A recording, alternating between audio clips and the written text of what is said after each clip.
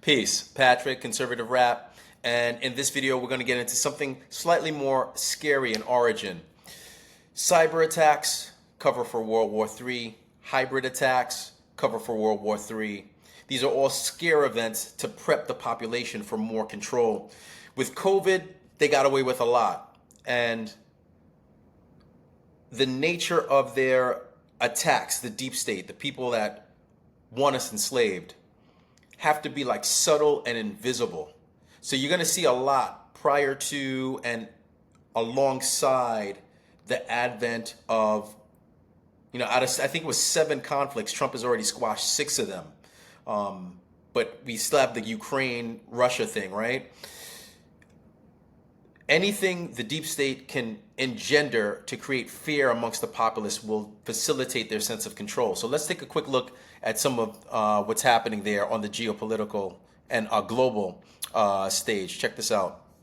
Hybrid attacks. European airports again shut by second night of mystery drones. Half a dozen European airports have been shuttered this week over the appearance of mystery drones, with the Danish government calling it a hybrid attack. The usual signaling implying Moscow involvement, while also acknowledging they have no evidence Russia is involved. 4 airports, 2 of them with military bases, which include the home of Denmark's whole inventory of F-16s, were shut down for hours at a time on Wednesday night by the simultaneous appearance of mystery drones in their airspace, representatives said in Denmark. European airports have been attacked in this way several times this week, with major airports in Denmark and Norway also shut down by drone sightings.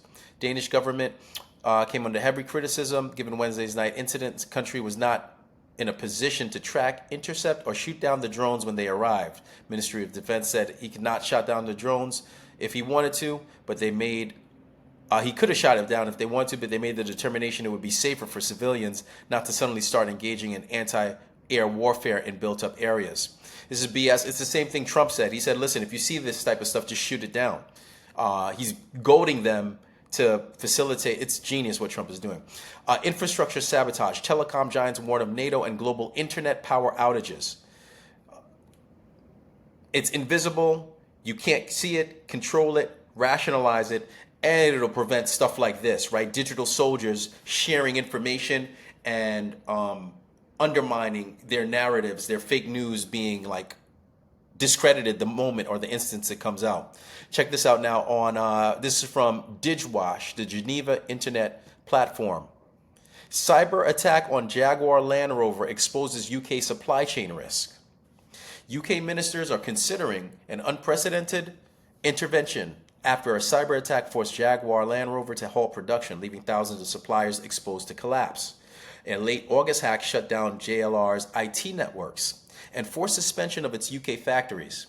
Industry experts estimate losses of more than $50 million a week, with fully operations not unlikely to restart until October or even later. JLR, owned by Tata Motors, has not finalized cyber insurance before the breach, which left it particularly vulnerable. Officials are weighing whether to buy or stockpile car parts from smaller firms that depend on JLR, though logistical difficulties make the plan complex. Government-backed loans are also under discussion. Cybersecurity agencies, including the NYSC and NCA, are now supporting the investigation. The attack is part of a wider pattern of major breaches targeting UK institutions and retailers because they know they can't pull the COVID nonsense anymore. All right, again, check this out. This is from Zero Hedge, a great website. U.S. jets scrambled to intercept Russian warplanes off Alaska amid growing incidents. Amid soaring tensions between the West and Russia, the North American Aerospace Defense Command scrambled American fighter jets to identify and intercept Russian warplanes flying near Alaska. Sorry, just getting rid of a dialogue box. All right. NORAD indicated a statement that the incident occurred Wednesday and involved a pair of Russian Tu-95 long-range strategic bombers and pair Su-35 fighter jets traversing Alaskan air defense identification zone. NORAD has previously acknowledged that Russian bomber flights near Alaska occur regularly, but recently China has even begun to join some Russian patrols of northern Pacific areas, including areas extending near Alaska. Again, war talk, right? It's going to be a scare event. This stuff is the prelude. They always indicate what they're going to do beforehand to get the minds of the masses ready for large-scale war events, which is the only thing they have to fight what Trump and the Patriots are doing. And then I love this also. I thought this was relevant. Also from Zero Hedge, the EU won't be able to keep its promise to buy vast amounts of U.S. weapons. Geopolitics has taken precedence over economics. It's a theme we've been pushing in this global daily for a number of years. Yesterday's events proved no different. This was last week. So instead of discussing the latest report from OECD on the global economy or the latest statement from any central bank, we start with NATO's statement, which met for the second time in 2 weeks to discuss matters under Article 4 of the Washington Treaty.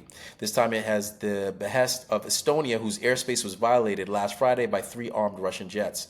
The statement said that NATO expresses full solidarity with allies whose airspace has been breached. Russia bears full responsibility, which are escalatory, risk miscalculation, and endanger lives. They must stop. The statement went on to warn that Russia should be in no doubt. NATO allies will employ, in accordance with international law, all necessary measures, tools to defend ourselves, military and otherwise, to deter threats from all directions. We'll continue to respond in the manner, timing, and domain of our choosing. Our commitment to Article 5 is ironclad. Right? Drone incidents. If confirmed, would that be sufficient for NATO gathering? NATO. This is a big shift in stance. He also noted that Trump may not stand in the way, it seems. In his U.S. address to the UN, President lashed out at the institution, claiming that UN does nothing to stop the world's problems, which is true. His most remarkable comment, perhaps, was about the Ukraine. U.S. President stated that Ukraine was in a position to reclaim all territory lost to Russia with help from the EU. This is a big shift in stance. He also said that NATO should shoot down Russian aircraft, here we go, that violate their airspace. On that note, the president also reiterated his earlier call in Europe to stop buying Russian oil, adding that the U.S. will join in secondary sanctions on remaining buyers of energy.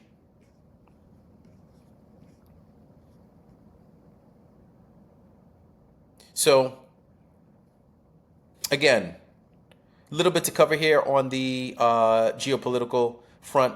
The reason I'm sharing this is just so you can start thinking. The political stuff is a lie. The financial stuff is a lie. The geopolitical stuff has players on all states of the globe trying to check Trump before he restates the Patriot World Order, the America First nationalism that you see many countries, Bolsonaro, Hungary, I mean, just a lot of places returning to. What do you think? Feel free to like, comment, subscribe, share, and check me out at ConservativeRap.com for more. Thanks and take care.